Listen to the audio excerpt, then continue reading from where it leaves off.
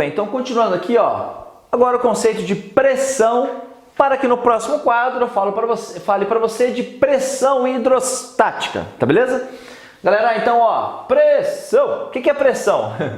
Galera, então imagine a seguinte situação. Imagine que você tem aqui uma estaca, por exemplo, aqui uma madeira, e você pega uma marreta, um martelo e você vai bater. Pum!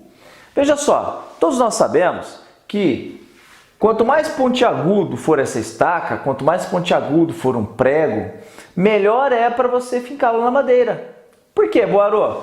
Porque quando você aplica uma dada força aqui em cima, a força aplicada para aqui, ó, transferida para cá, essa força por essa área é o conceito de pressão. Pressão, galera, é força sobre área. Para uma mesma força aplicada, quanto menor a área, maior a pressão. Maior a pressão, mais facilmente ele rompe a madeira. Então, ó, pressão é força por área. Então, F é força e o A é área, tá? Então, pressão é força por área. Vamos aproveitar e falar da unidade antes da gente discutir mais um pouco? Quais são as unidades, meus queridos? Quais são as unidades de pressão? Pressão é dado força por área? Força é o Newton em sistema internacional, né? E a área? A área é o metro quadrado. Então, Newton por metro quadrado, pressão, tá? Em unidade do sistema internacional, é isso aqui. Pressão é o Newton por metro quadrado. Galera, com isso você consegue entender algumas coisas interessantes. Vocês já viram aqueles experimentos que os caras fazem? Por exemplo, o cara deita numa cama cheia de pregos e coloca por cima uma outra estrutura com pregos também, e aí bate com uma marreta. Meu, já vi várias situações assim. E a pessoa que está deitada lá, ela não se machuca.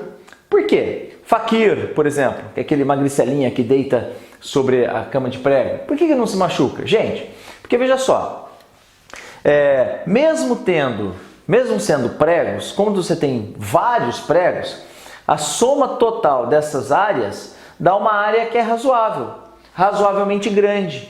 Se a área é razoavelmente grande, a pressão é razoavelmente pequena, a pessoa não se machuca. Agora vai lá deitar numa cama que tem 3, 4 pregos? Claro que não, o cara vai se matar lá, né? Mas com vários pregos isso dá certo. Claro que tem toda uma técnica, né, de deitar, de levantar, tarará, para o cara não se machucar, né? Tá bom? Tem várias outras situações que você tem que lembrar do seu cotidiano. Por exemplo, porque quando você vai ao mercado, você pega aquelas sacolinhas que você está trazendo no supermercado com compras, ela machuca toda a nossa mão. Por quê? Porque a alça é fininha. Para uma mesma força, se a alça é fininha, a área é pequena. Se a área é pequena, a pressão é grande. Entendeu? Bolsas, por exemplo. Mulher usa muito bolsas que tem só um dos lados, né, em um dos ombros, né, uma alça. Se a alça for fininha e a bolsa estiver pesada, aquilo machuca, não é? Agora, se a alça for larga, a bolsa pesada, aquilo não machuca. Por quê? Maior área, menor pressão, tá? Então são várias situações do nosso cotidiano que está associado ao conceito de pressão, que é bastante importante você entender. Escolas militares perguntam isso para você, o Enem pergunta isso para você, os grandes vestibulares perguntam isso para você precisa saber, tá bom? Gente, então eu vou falar aqui para você de algumas pressões que são, algumas unidades de pressão que são também bastante usuais. Além do Newton por metro quadrado, tem, por exemplo, o ATM. ATM é a atmosfera, né, gente? É a pressão que o ar faz sobre as pessoas quando elas estão ao nível do mar, chamada de um ATM, uma atmosfera, tá? Existe uma relação entre ATM, entre o Newton por metro quadrado, entre o milímetro de mercúrio, tá? Que eu vou escrever aqui para você, ó. Um ATM corresponde a 10 a quinta newtons por metro quadrado, que corresponde a 760 milímetros de mercúrio, ou seja, se eu pegar um tubinho que tenha mercúrio lá dentro, como a densidade do mercúrio é muito grande, então com 760 milímetros, ou seja, 76 centímetros, né? Com 76 centímetros de mercúrio eu tenho uma pressão equivalente à pressão atmosférica.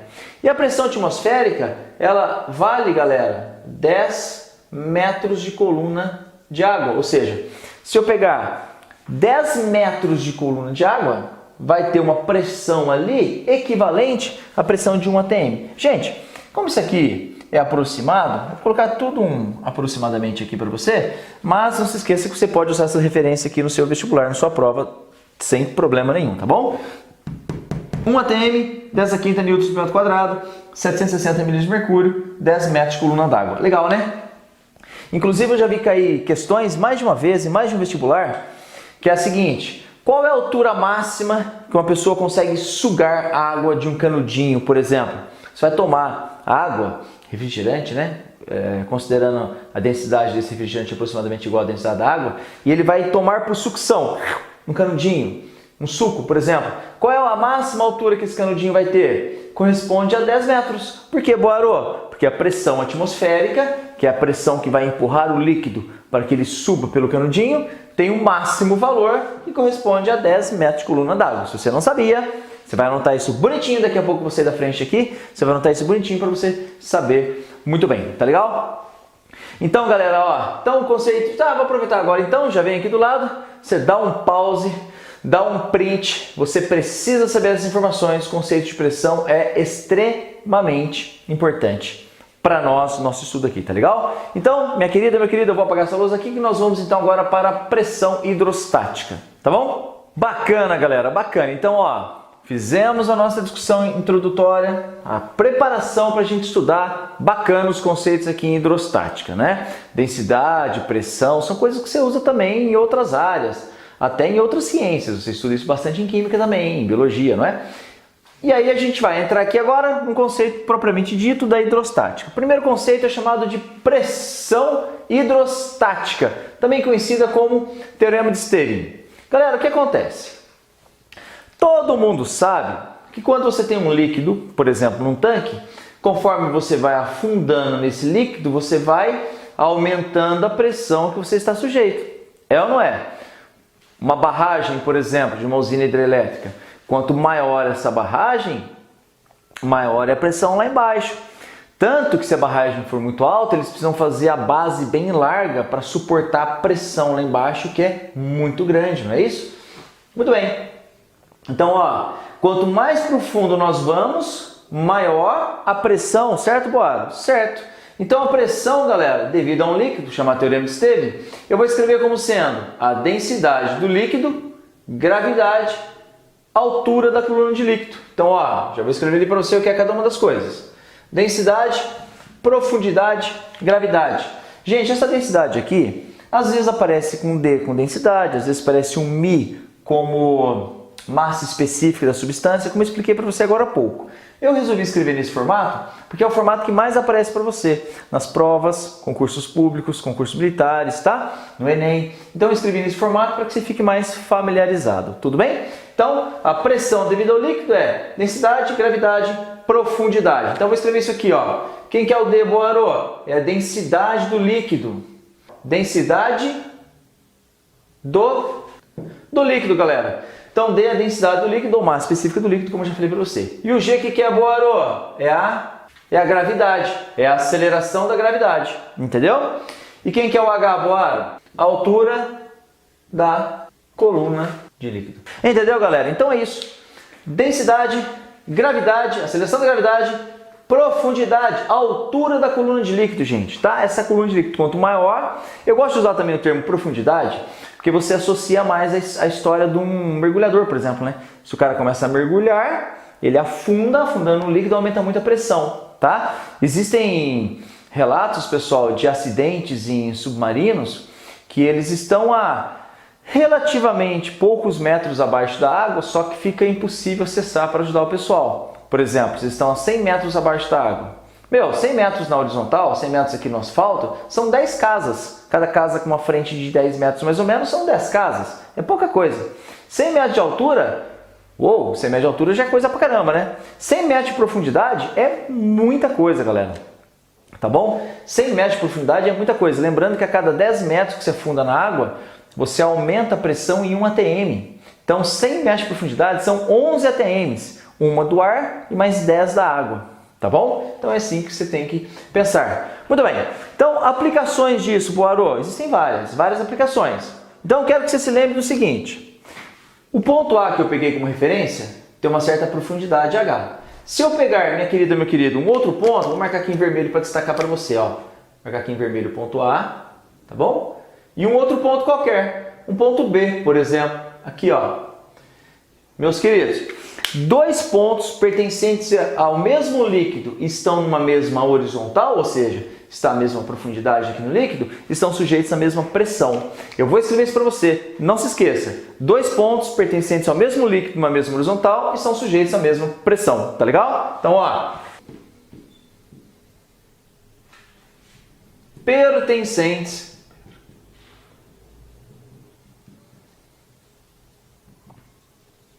e numa mesma horizontal estão sujeitos à mesma pressão.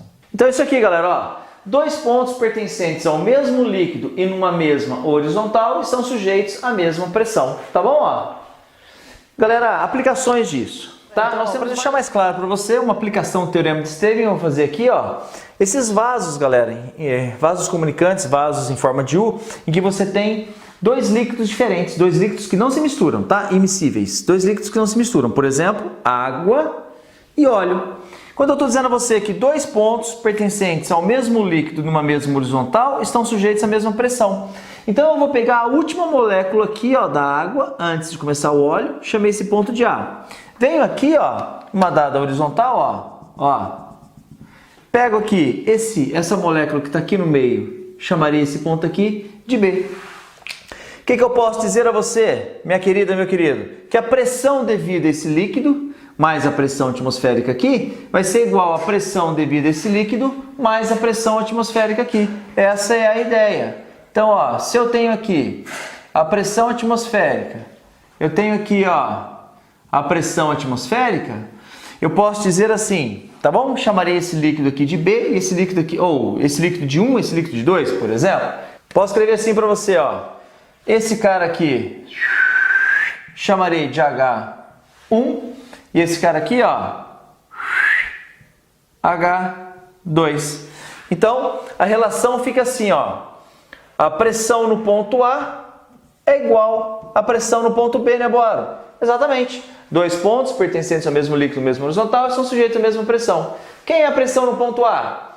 É a pressão atmosférica, mais a pressão devida ao líquido. Mais a pressão devida ao líquido aqui, ó. Devido ao líquido 1. Isso vai ser igual, nesse ponto, é a pressão atmosférica, mais a pressão devida ao líquido 2. Pressão atmosférica com pressão atmosférica você cancela, e aí vem. O que é pressão devida ao líquido 1, Boarô? É a densidade do líquido 1 vezes a gravidade vezes a altura do líquido 1, H1. Quem é a pressão devida ao líquido 2, Boarô? É a densidade do líquido 2, gravidade, altura da coluninha de líquido 2. Cancela a gravidade com gravidade, fica essa relação extremamente importante. D1, H1 é igual a D2, H2. Tá bom? Uma relação bastante importante que aparece bastante para vocês. Tá legal? Como sempre, sai da frente, faça um print, pausa o vídeo, faz um print, copia com cuidado, tenha o seu caderninho organizado para a gente avançar no nosso estudo, tá legal? Então eu vou apagar a lousa aqui.